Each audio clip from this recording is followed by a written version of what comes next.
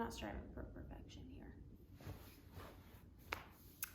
Okay, so this is gonna be a little bit of an update since it's been a couple weeks since the last video I posted, and I know I originally said I didn't have a plan for what this channel would be or how often I would post, but of course I had subconscious expectations of myself. I had already fallen into this rhythm, I guess, of expecting myself to post a video a week. And now that it's been a few weeks, that feels like I failed, which is very on par with what's been going on with me. So I just felt an update is what would kind of make things make sense. Honestly, I want to do this video for myself, for the future me, who I can picture that she exists, a future version of me that has grown and healed a little more. And I think looking back at where I am right now might feel good then. I think there might be power in documenting when I feel the worst. And that's been the last few weeks. So this is for the future me.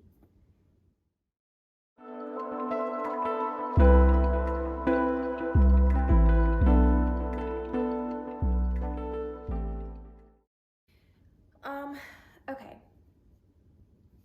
So let me back up.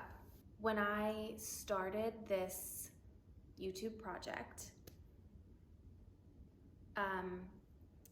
the first video was posted on the 6-month anniversary of Tyler's death. And at that point, I had been back to work and going to work in person and getting back to a normal amount of work and a routine. I had been going to the gym several times a week. I'd done things on the weekends, like made plans with friends, and I was forcing myself into the most normal life and speed of life, like pace of life that I could. And I was truly trying to convince myself that I was okay. And I was doing all the things, and not only was I doing them, I was also doing them with a smile on my face. And when people would ask, "How are you?"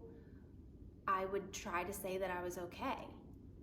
And I was saying I was okay. And so of course, people around me thought I was okay, or like as okay as I could be, but that I was surviving and I could continue living the way I was living.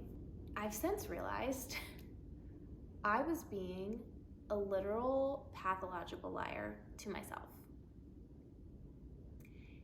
And I was believing my lies as much as I possibly could. So every time I said I was okay, I was really trying to believe that I was.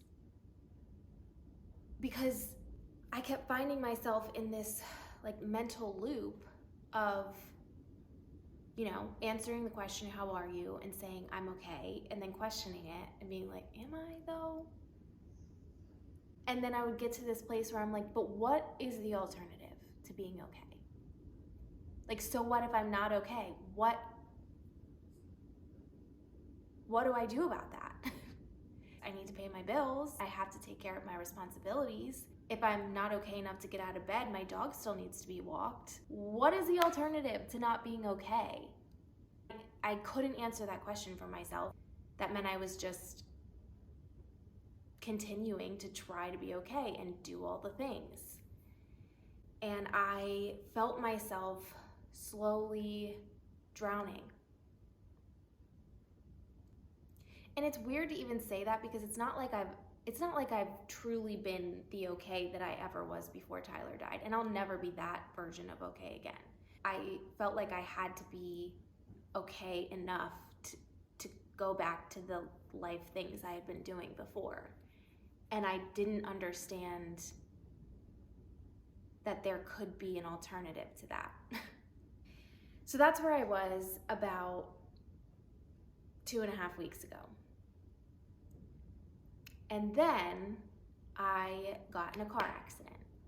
My car was rear-ended by the person that was hit by a drunk driver who rear-ended them. Miraculously, everyone who was involved in the accident was physically okay.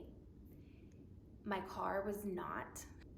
I had just bought the car 5 weeks before that, and it was a new car.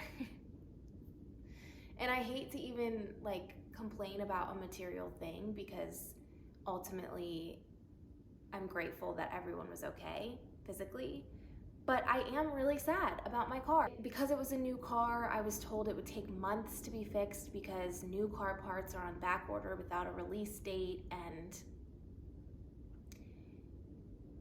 that just felt so unfair. I had purchased this car for myself. I was actively trying to convince myself that I deserved it, that I deserved something nice. And then it was almost immediately ruined. And that was my complete tipping point. I just plummeted into this really, really dark place. Nothing is okay, I'm not okay. And I couldn't lie to myself anymore. It was almost like I was trying so hard, holding on to whatever normalcy I could grasp by a thread. And it's as I was hit, as my car was hit, the thread was completely ripped. Everything that I had been trying to keep going just was completely rattled, and I realized how not okay I was. And I realized how I couldn't possibly continue living like I had been, like I was trying to. And in the 4 days that followed the accident, just everything unraveled. Everything. I had to take a step back from my job. I've been on a leave for 2 weeks now, and that felt like the biggest failure. I also realized it was not healthy for me to be living alone, so I'm back at my parents' house for the time being, and that feels like I failed. I've had days where I just can't leave the couch and I don't change out of my pajamas. The only thing that gets me out of bed is knowing my dog has to be walked, which thank God for that dog. It's just been really hard.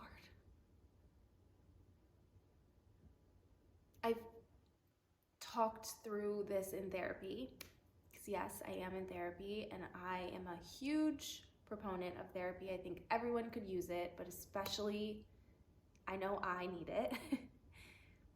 And it was revealed to me that this is burnout. I have thoroughly burned out. I am burnt to a crisp, if you will. I really have been trying to strip back the whole concept of setting goals and needing to accomplish things, because that's how I got myself to this burnout.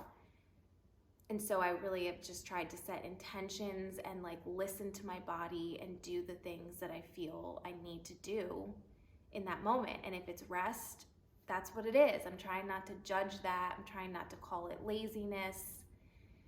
If I just need to get lost in a book, I'm trying not to see that as needing to be distracted from my feelings, but just that I'm giving my mind this reprieve in someone else's story.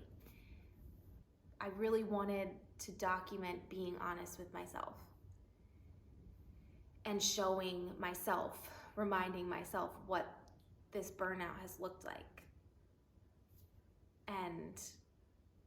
what I've tried to do to pull myself out of it.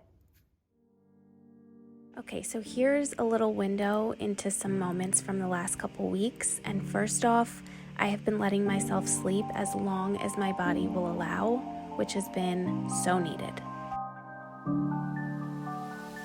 Making the bed is a habit for me, and it's one I'm really grateful for now because it might be a small thing, but when life is hard, this has really helped me to start the day with at least a tiny sense of accomplishment. Like I said, thank God for this dog getting me out of the house, even if it means walking him in my pajamas.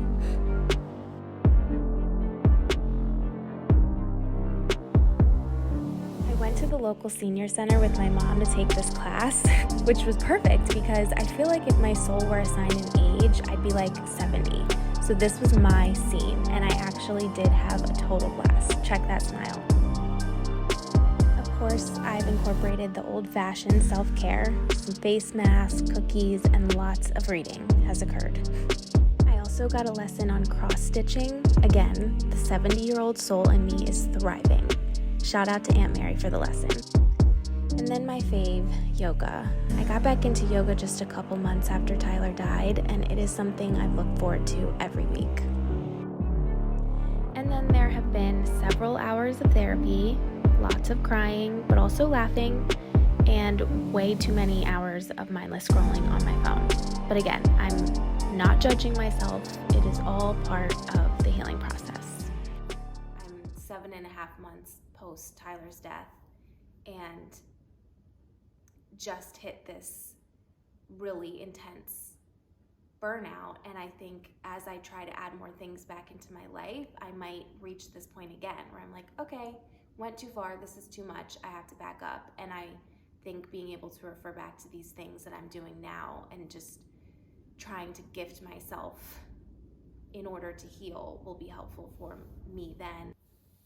And I need to give myself the grace to know that it's okay to burn out. It's not failure, even though it really feels like that. I'm not at the place where I actually believe that yet, but maybe if I keep saying that, I'll get there. It's not failure. It's just that everything actually is really hard. And life actually is too much sometimes. And when I get to that point, I just need to back up a little bit. I need to strip things down, and I need to give myself rest and gift myself whatever helps to heal. So I thought if I could use it in a future version of myself, maybe someone else could use it too, and that's why I started this whole project in the first place. And so I know there's purpose in sharing it publicly. Okay, that's it for now. Sending light and love to you. Till next time.